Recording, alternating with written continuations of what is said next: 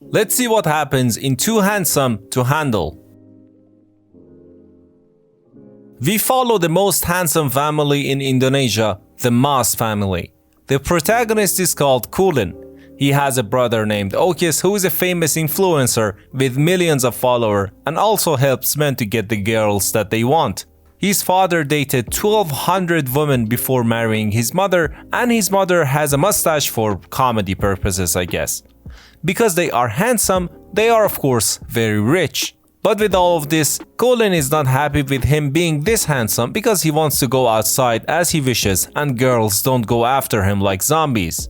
Girls pull out their hair and get nosebleeds when he walks past them. So he is homeschooled and spends most of his time at home studying and playing with his pet fish. Okis tries his best to bring his little brother to the game, but Kulin does not want to be involved like that, and his dream girl is someone to like him for himself and crap like that.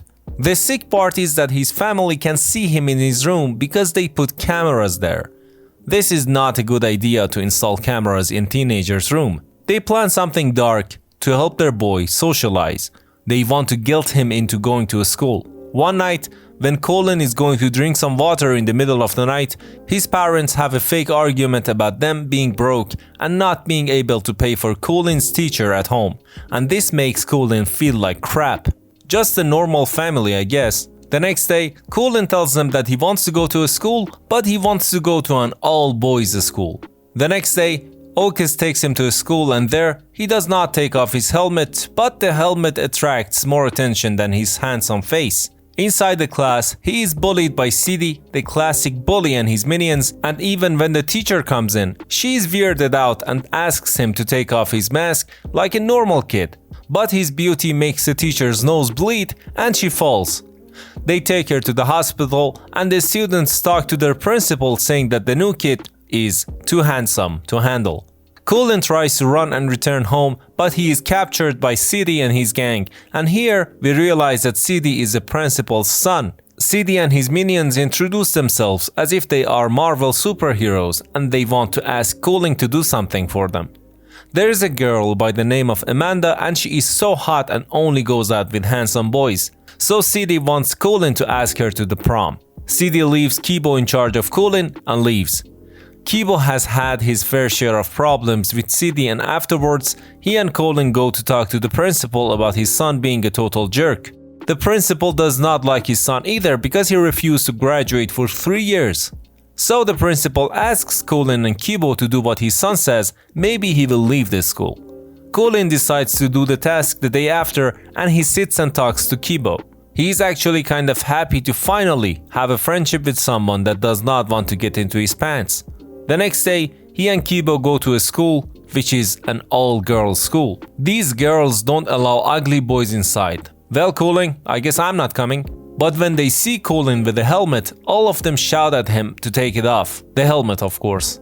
He takes off the helmet and all the girls of the school come to their senses of how pretty this guy is.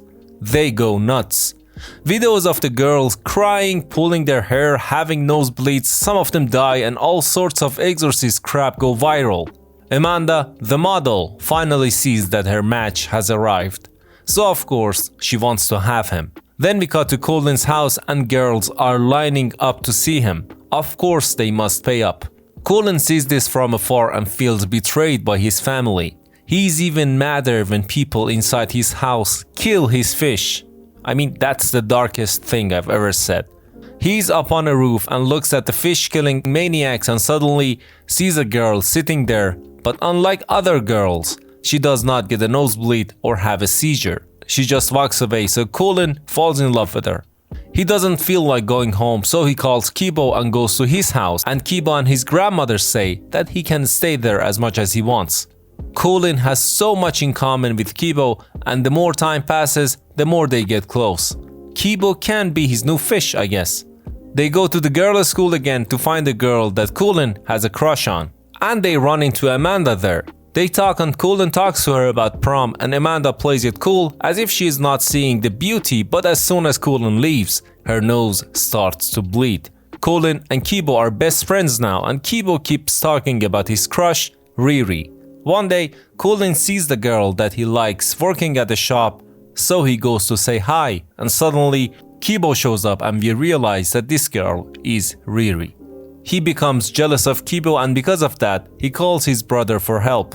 They meet at a diner and Kulin is covering his face up like a Hollywood superstar. Okis starts to cry and says that he's been waiting for this his whole life. Kulin forgives Okis and his parents for making money off of him, because if it wasn't for them, he wouldn't have met Riri. Okis gives him a to-do list and Kulin starts to hit on his best friend's crush. That came out wrong, but it is true. Whatever he does, the chemistry between Riri and Kibo is undeniable. One day, Amanda shows up and officially invites Kulin to her birthday party. She gives him the invitation and a phone as a gift. Rich people. Kulin then joins Riri and Kibo to a karaoke, and there he becomes sure that Riri likes Kibo back and he is devastated. He casually turns into a monster and tells Riri that Kibo likes Amanda and upsets her. He then calls Amanda and asks for a favor, and we'll see what happens. At the birthday party, Amanda takes Kibo's hand and takes him with her and kisses him. In that moment, Riri sees this and leaves the party crying, and Kulin wants to use her vulnerability. All according to plan, except Riri friendzones him. Kibo gets beaten up by CD and the gang too because they saw Amanda kissing him. This guy is having the worst day. Kulin sees Kibo getting his butt kicked, but he doesn't interfere, and when CD is done, he goes and helps him. Then they go to Kibo's home. The kind grandmother patches Kibo up, and at night, lying beside Kibo, Kulin realizes what a bad thing he did. The next day, he confesses everything to Kibo, and Kibo says that if he knew that he liked Riri, he would have been fine with it. In the end, he kicks Kulin out of his house and Kulin returns home. His family are very happy, but he doesn't look fine. And whenever he goes to school, he feels lost because he did lose his best friend. One day, her mother talks to him and brings him the pet fish, which is still alive. Cheap shot, movie, cheap shot. Anyways, she tells him that they are supportive of him and he can be homeschooled again if he wants. Kulin is touched by her words and decides to fix things. So the next day, he tells Riri everything and then goes to talk to Kibo. Kibo is not on board at first and says that he really liked Riri, and all of a sudden, Kulin pulls up his phone and Riri heard everything. At prom, Riri's date is Kibo and Kulin goes with Amanda, so of course they win the prize for king and the queen of the prom. At the end, Kulin hears a girl saying that he is not that handsome. So, here we go again, and he falls again. This was the recap of Too Hot to Handle. If you like this one, make sure to check the recap of Ugly Duckling. Like and subscribe, please, and thank you. Goodbye.